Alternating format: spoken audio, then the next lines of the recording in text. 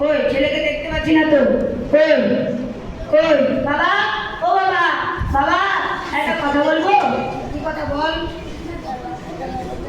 তোর দোকান শুরু না হতে বায়না শুরু হয়ে গেল। ঠিক আছে, তোর কথাটা শুনি, বল। বাবা একটা কথা বলবো। বল। মিষ্টি, আমাদের যদি একটা মিষ্টির দোকান থাকতো কি যে মজা হতো। কেন রে, মিষ্টির দোকানে কি লাভ বেশি? না বাবা, লাভ লোকসান সব কিছু বুঝি নে। আমাদের যদি একটা মিষ্টির দোকান থাকতো কি যে মজা হতো, নিজের ইচ্ছা মতো মিষ্টি খেতাম।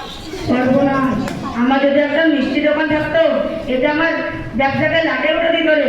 এ থেকে আমার আলু ব্যবসাই ভালো। বাবা, ও একটা কথা বলবো। বল। এখন তো কোনো পরিষ্কার নেই, চলো তুমি আর আমি মিলে হোটেলে খেয়ে আসি গা। ওই রাজবাড়ি বাজারে নতুন হোটেল খুলেছে। কেন রে, কোন দুঃখে হোটেল খাবি? যাদের বাড়িতে রান্নার ব্যবস্থা নেই তারাই হোটেল খায়, জানিস? ছি, বাবা তো কিছুতেই মানছে না, একটা মিথ্যে কথা বলে চালাতে হবে।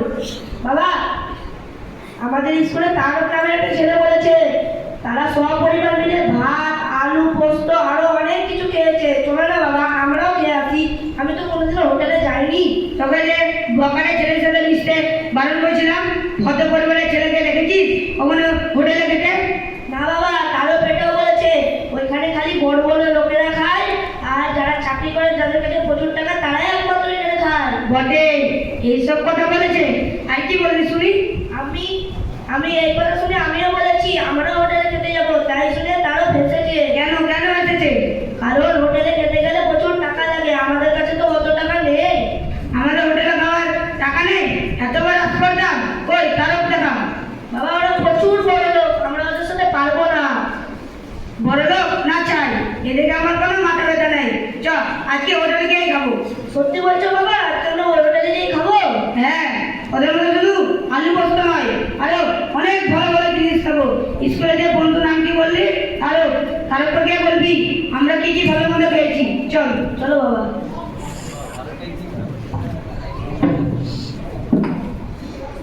আপনাদেরকে আগে কখনো দেখিনি তো। আমরা গরিব নাকি? আমরা হোটেলে যেতে পারি না? না না, আমি বলছি প্রশ্ন চাইনি, আপনাদেরকে প্রথম দেখলাম তো তাই। ঠিক আছে ঠিক আছে, যান যান।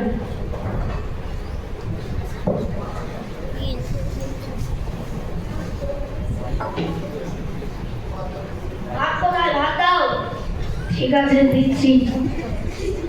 ওই ভাত দাও তো। ঠিক আছে। মাংস কই? এদিকে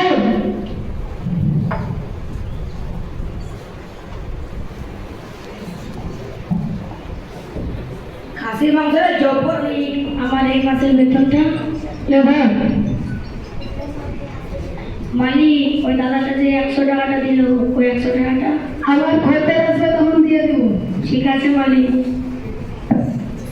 তোর বন্ধুর বাবা দিকে কি জানি, আগে তো বাবা হয়নি।